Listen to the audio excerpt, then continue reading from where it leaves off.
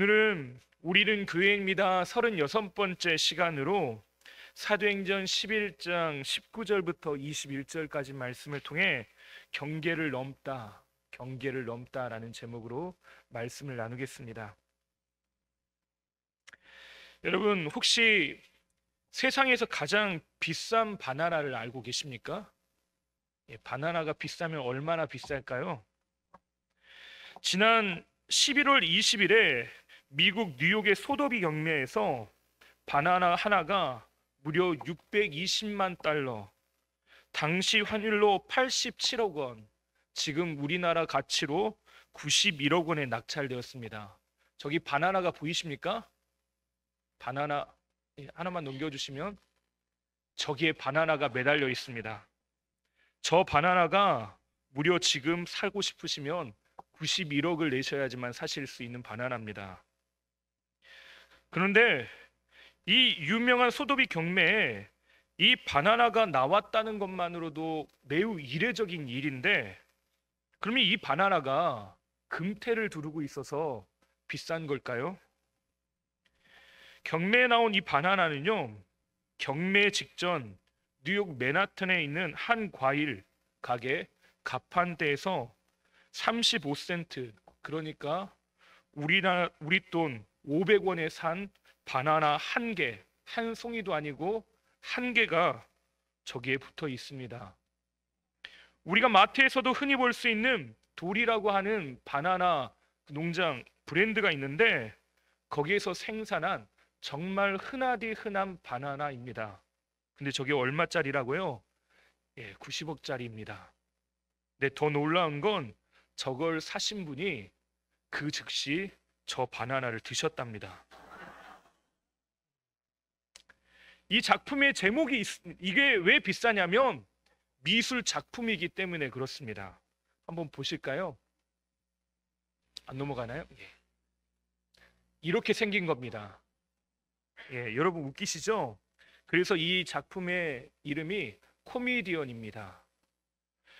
이탈리아 출신의 예술가 마우리치오 카텔란이 설치한 작품인데, 흰 벽에 은색 테이프로 바나나를 고정시켜 놨습니다.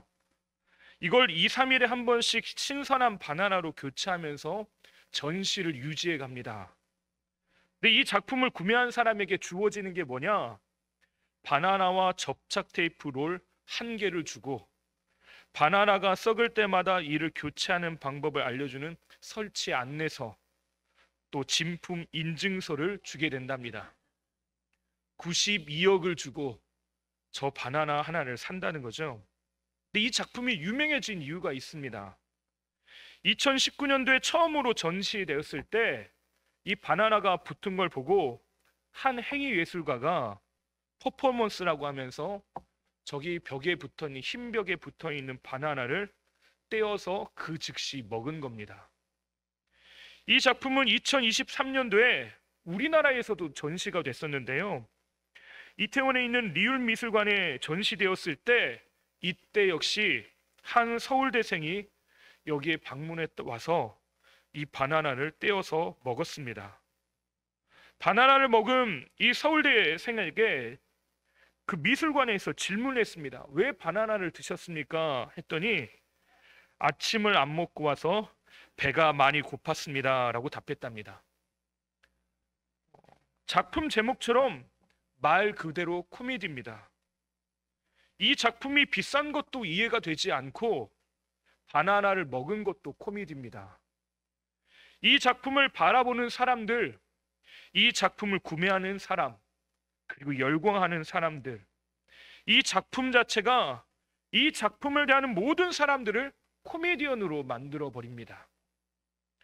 이 작품을 만든 사람이 마우리치오 카텔란이라고 하는 사람인데, 사진 한번 볼까요? 정말 독특하게 생기셨죠? 근데 이분이 이 작품을 만들고 나서 이렇게 인터뷰를 했습니다. 이 작품이 가지고 있는 의의가 우리가 무엇을 가치 있게 여기는지에 대한 진지한 논평이다라고 말했습니다. 이분은 기행을 일삼는 분인데, 처음으로 작품을 전시했을 때 작품을 아무것도 걸지를 않았습니다. 걸지 않은 이유는 내가 그리는 것보다 여기에 상상력을 가지는 것이 더 큰 예술 작품이겠다 생각했답니다. 무엇을 가치 있게 여기는가? 무엇을 가치 있게 여기는가? 이것이 우리에게 매우 중요한 질문입니다. 무엇을 가치 있게 여기는가에 따라서 어떤 이에게 바나나는 단돈 500원의 평범한 것이고, 어떤 이에게는 바나나 하나를 90억 원에 사도 아깝지 않을 만한 그런 것이 되는 것입니다. 우리의 삶도 마찬가지죠. 내가 가치 있게 여기는 삶이 있고 하나님이 가치 있게 여기는 삶이 있습니다. 근데 우리가 이것을 충돌을 경험할 때가 있어요. 때로는 이 둘 사이에서 하나님이 가치 있게 여기시는 걸 선택할 것인가, 아니면 내가 소중하게 여기는 것을 나는 선택하며 살 것인가, 여기서 우리는 갈등 상황들을 빚게 됩니다. 때로는 참 평안하게도 하나님이 좋아하시는 것들을, 선하게 여기시는 것들을 우리는 기쁘게 쫓아 따라갈 때도 있죠. 근데 이스라엘 백성들이 광야에서 출애굽한 이후에 훈련받았을 때 훈련받은 그 과목이 무엇이냐? 바로 하나님 뜻 알아가기입니다. 광야에서 무수한 갈등 상황을 만나죠. 배고픔, 길을 알지 못함, 어디로 무엇을 행동해야 될지, 어떻게 살아야 될지, 자기가 가지고 있는 감정을 컨트롤하는 법, 살아가는 법, 그 앞에서 항상 그들이 바라봤던 것은 지금까지 자신의 힘, 자신의 자원, 자신의 능력으로 그 모든 것들을 헤쳐나가고 의지하며 살아왔습니다. 그런데 이 혼돈과 공허 어둠 속에서 내가 좀처럼 어떻게 살아야 될지 알지 못하는 그때 그들이 살아가는 유일한 그들의 법이 무엇이었냐? 이집트 파라오의 백성으로 살고 그의 법, 그의 통치 아래서 살아가는 것이 유일한 생존 방법이었다는 거죠. 근데 하나님이 이 광야에서 40년간 그들을 훈련시키시고 그들을 이동시키시고 그들의 삶을 다스리시면서 살아가는 법들을 배우게 하십니다. 하나님의 백성으로, 하나님의 법으로, 하나님의 뜻에 일치하며 사는 법, 하나님이 가라고 하시는 것 멈춰서고, 하나님이 가라고 하시면 가고 멈춰서는 법들을 그 안에서 배우기 시작했다는 거죠.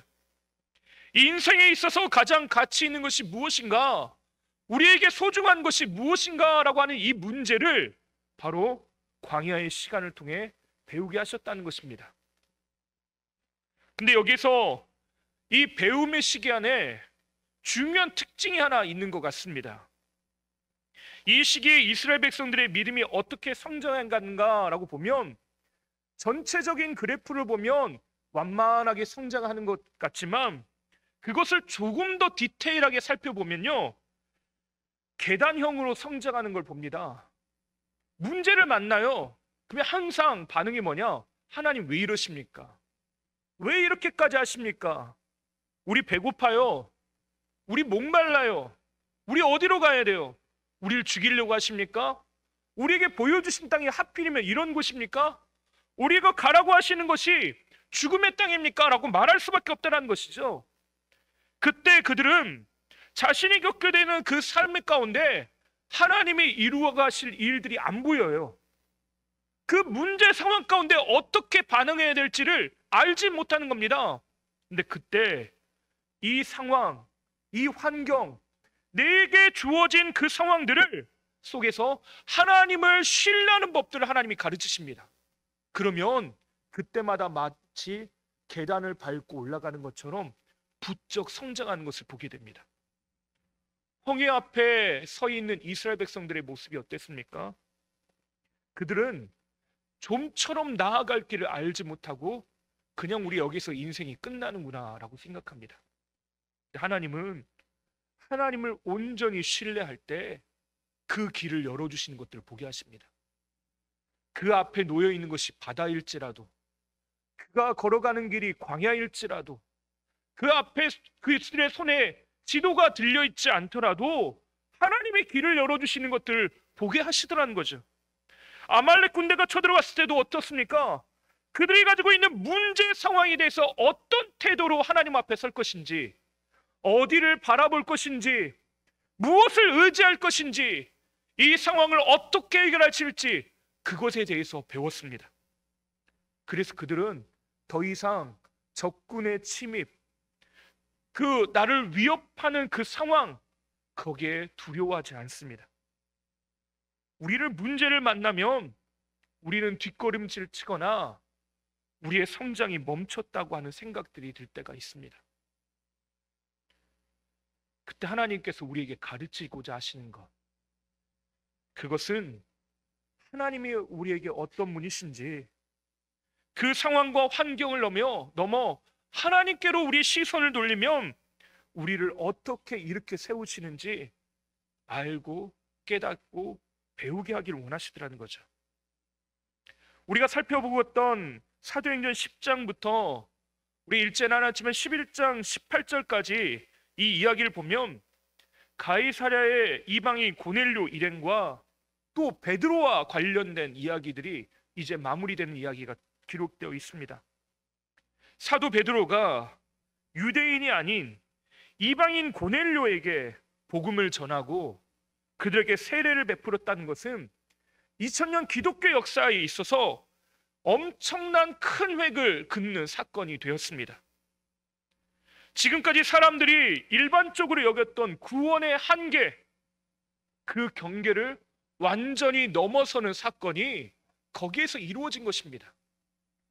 이루어질 수 없는, 더 이상 하나님도 관심이 없고 하나님도 그 사람에 대해서 어찌하지 못할 거라고 믿었던 사람, 하나님조차도 그의 인생에 대해서 아무런 관심이 없다고 생각할 수 있는 그런 사람들의 인생 가운데 하나님이 일하시는 것을 보게 됩니다. 그리고 그들에게 하나님의 구원이 임하고 하나님의 나라가 펼쳐지게 됩니다. 우리가 아는 것처럼 고넬료는 굉장히 훌륭한 사람입니다. 사회적으로 또 가문적으로 이 사람은 가지고 있는 지위, 능력 자체가 남다른 사람입니다. 하지만 유대인들의 관점에서는 이 사람에게는 치명적인 결격 사유가 있는데 그건 결코 절대로 하나님 나라의 주인공이 될 수 없다는 것입니다. 하나님은 하나님의 구원이 이 이방인 고넬료에게 머물 수 없다라고 생각하는 것이 유대인들의 관점이었다는 거죠. 그러나 고넬료와 그의 일행들이 예수 그리스도를 주로 시인하고 세례를 받자 그들이 더 이상 하나님 나라의 변두리에 맴도는 인생이 아니라 하나님 나라의 백성, 하나님 나라의 주인공, 하나님 나라에 온전히 서는 그 나라를 살아가는 사람으로 살아가게 하셨다는 것입니다. 우리가 사도행전 3장을 봤을 때요, 선천적으로 걷지 못한 장애를 가지고 있는 사람에 대해서 그 한 남자를 우리가 만났습니다. 그는 성전의 경계 앞에 놓여 있습니다. 미문에 앉아 있습니다.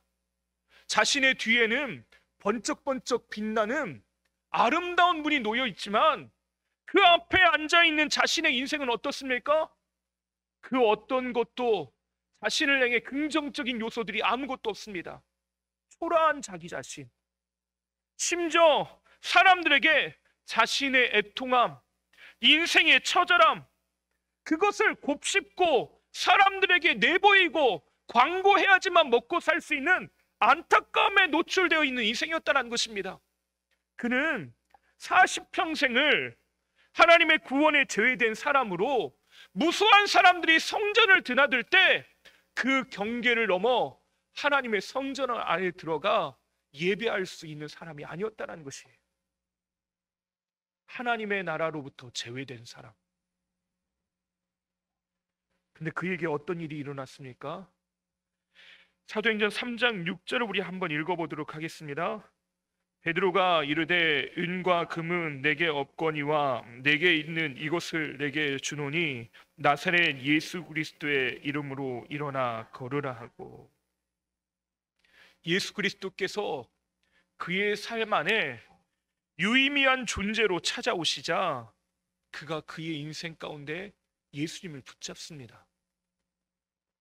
예수님을 붙잡으면 이 사람의 인생이 어떻게 될지 우리는 결론을 알고 있지만 이 사람에겐 어떤 일이 일어날지 과연 상상했겠습니까? 우리가 흔히 말하는 것처럼 예수 믿으면 밥이 나옵니까? 떡이 나옵니까? 지금 가지고 있는 삶의 문제가 결코 해결이 되겠습니까? 그런데 그는 놀랍게도 그 자리에 자신이 가장 연약함으로 갖고 있었던 그 복숭아뼈, 그 관절에 힘을 얻고 다시 펄쩍 용수초처럼 일어나 뛰게 됩니다. 근데 그가 그렇게 뛰는 것만 그쳤을까? 하고 싶은 일이 얼마나 많았겠습니까? 내가 다리만 성하면 가고 싶은 곳이 얼마나 많았겠어요. 내 의지로 상상하면서 사람들이 가고자 하는, 사람들이 다니는 것, 그것을 보면서 자기 자신도 가고 싶은 곳이 얼마나 많았겠습니까? 근데 그가 처음으로 자신의 발을 한 걸음을 내디딘 곳이 어디입니까? 사도행전 3장 8절을 읽어보겠습니다.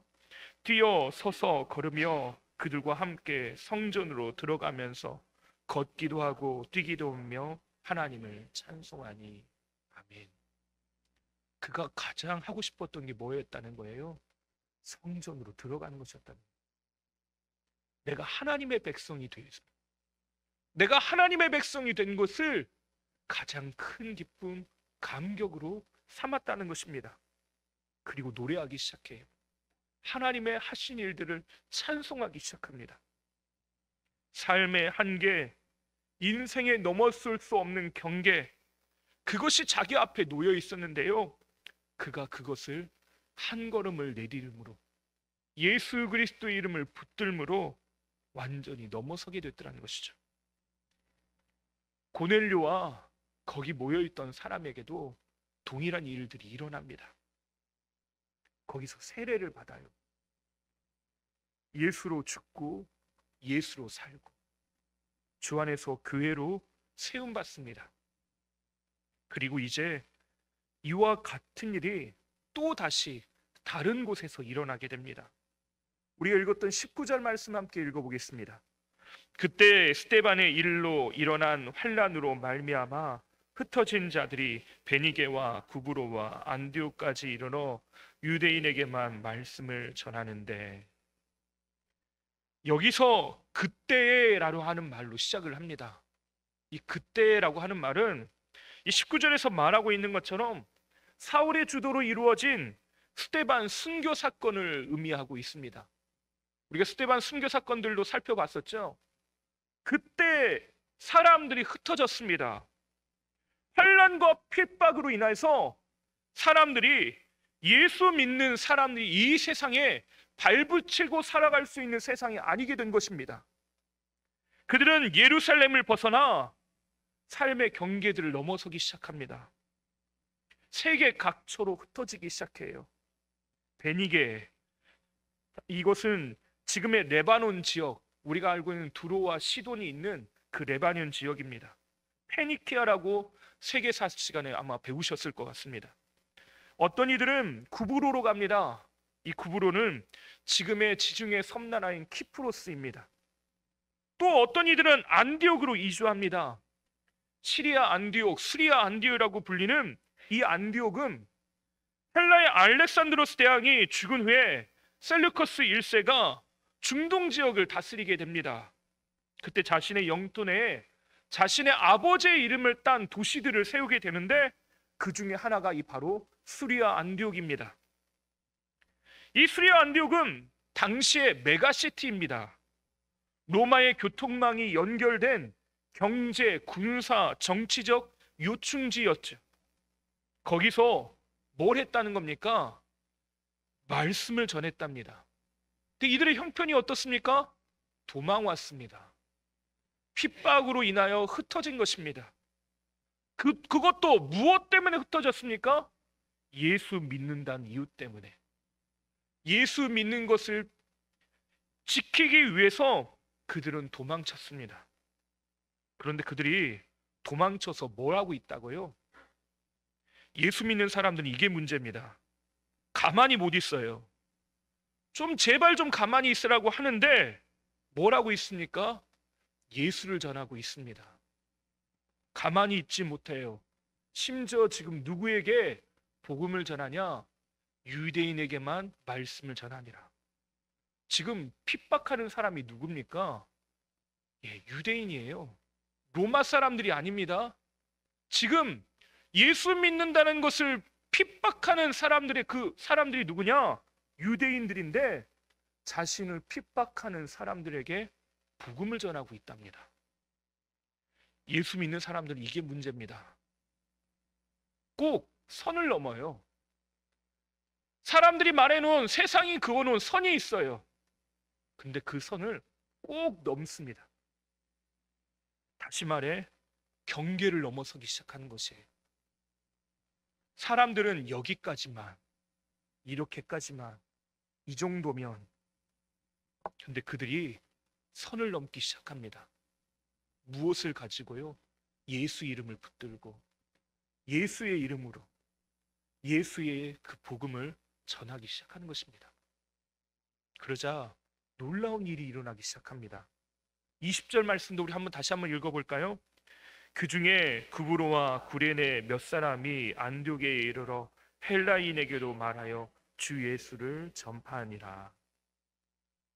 누구에게 예수를 전파했답니까? 헬라인에게.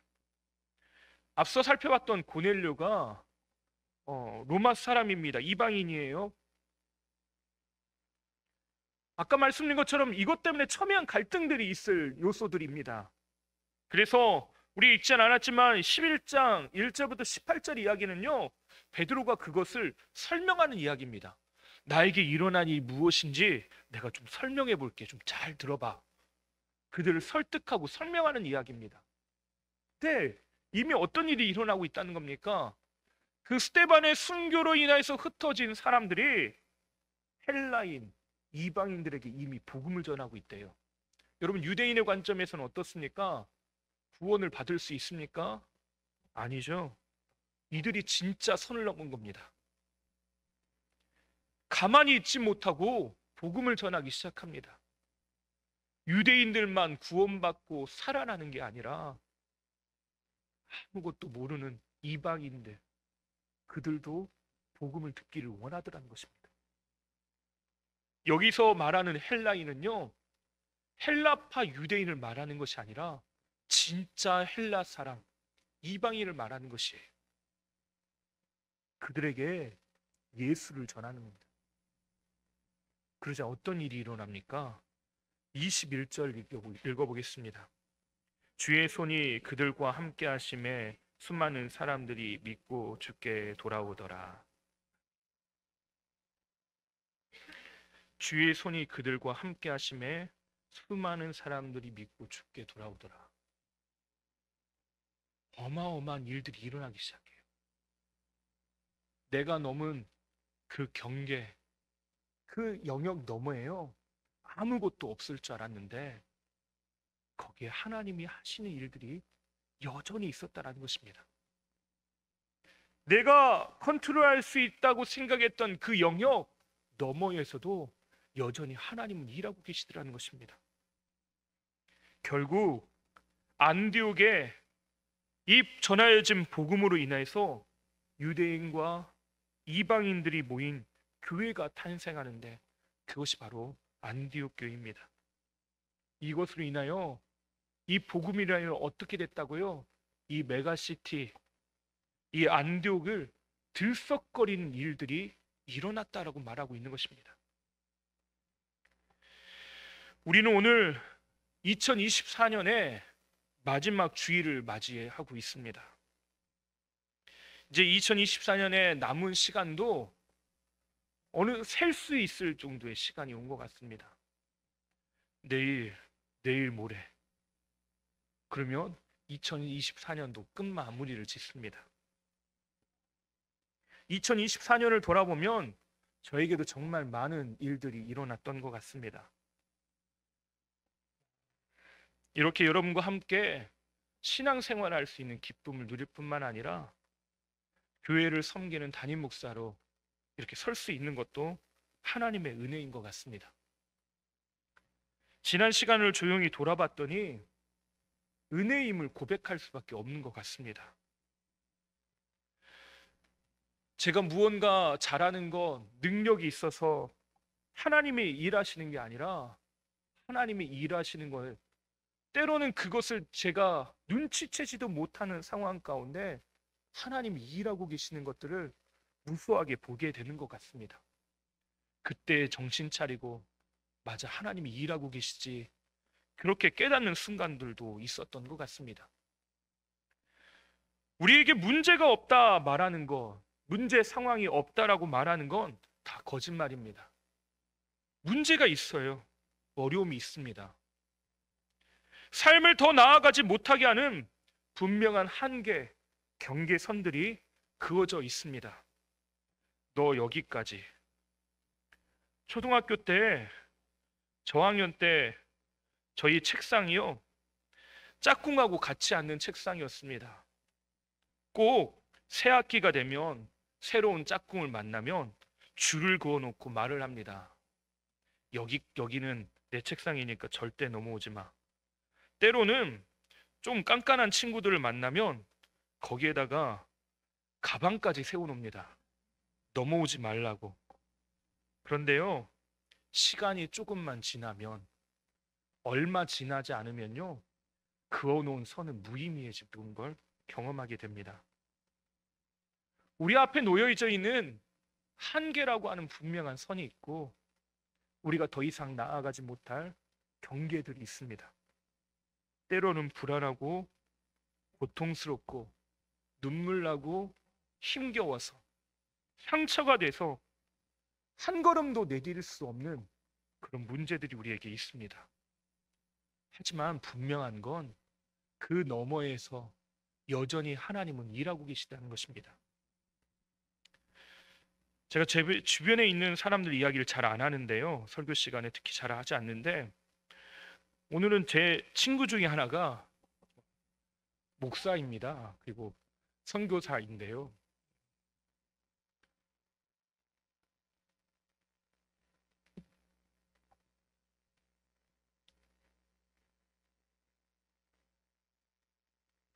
죄송합니다. 예. 어, 죄송합니다.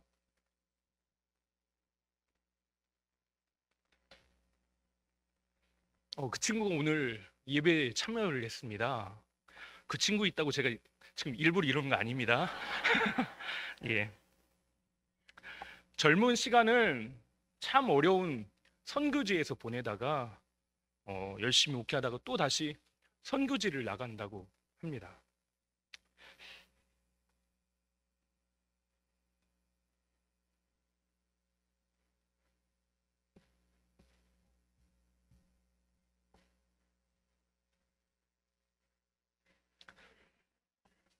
아, 예.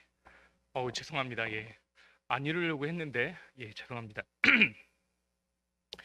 삶의 경계 앞에 놓여 있는 게 충분히 무언가를 할 수 있음에도 불구하고 하나님이 부르신다는 그 이유 때문에 그 경계를 넘어서는 걸 보면서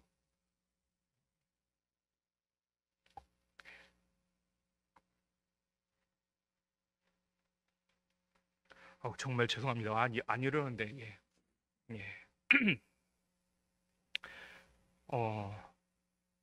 하나님이 이루실 일들, 그것이 정말 기대가 되는 것 같습니다. 우리에게 2025년이 기다리고 있습니다. 시간의 경계를 우리는 또다시 넘어섭니다. 삶에 놓여져 있는 수많은 앞에 놓여 있는 우리를 막아서는 장애물들과 경계가 있어요.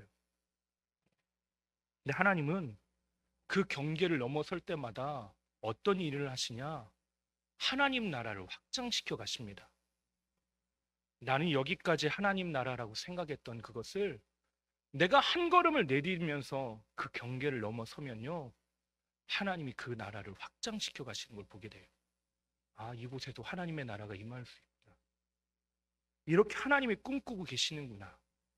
이렇게 하나님께서 일하고 계시는구나. 한 걸음을 내디디면 하나님의 꿈을 향해 한 걸음 더 가까워져 가는 것 같습니다. 우리는 우리 앞에 놓여 있는 문제들 때문에 삶의 걸음들을 더 이상 나아가지 못하는 순간들이 있습니다. 하지만 하나님께서는 우리에게 주께로 나오라고 말씀하십니다. 걱정하지 말라고, 두려워하지 말라고, 넘어질까 걱정하지 말라고 주님은 우리를 부르고 계십니다. 우리 앞에 놓여 있는 경계선이 내가 절대로 넘어설 수 없는 선인 것처럼 보이지만 그곳에 한 걸음을 내디디면 하나님이 일하고 계시는 것들을 보게 되는 것입니다.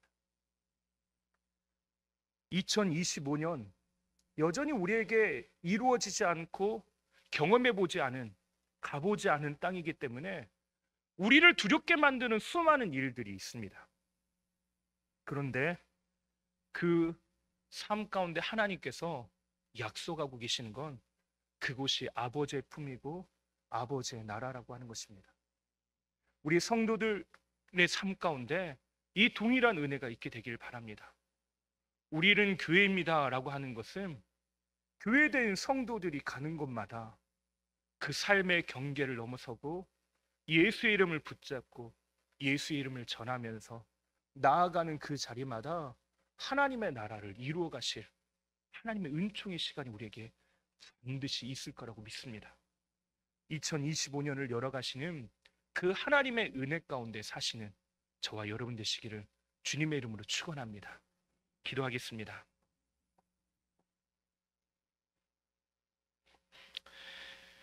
선하신 하나님, 오늘도 우리에게 변함없이 가장 선한 것, 좋은 것들을 허락하여 주시니 감사합니다. 우리 앞에 놓여 있는 경계선들이 불안이고 두려움이고 아픔인 것처럼 보이지만 하나님 거기에서 기다리고 계시고 거기에서 여전히 일을 이루고 계신 분이 하나님이신 것을 믿습니다. 하나님이 이루실 그 일들을 소원하고 소망하면서 오늘 우리가 하나님께로 한 걸음 더 나아갑니다. 주께로 한 걸음 더 우리의 걸음을 내디디며 나아가오니 하나님이 이루시는 선하신 역사가 우리 삶 가운데 이루어지게 하여 주시고 우리의 발걸음이 닿는 곳, 우리의 발바닥이 닿는 모든 것 가운데 하나님의 나라가 이루어지고 확장되어지는 것을 보게 하여 주시옵소서. 하나님께서 2025년 이 모든 시간들 가운데 하나님이 이루시고 행하실 일들을 기대하며 예수님의 이름으로 기도하옵나이다. 아멘.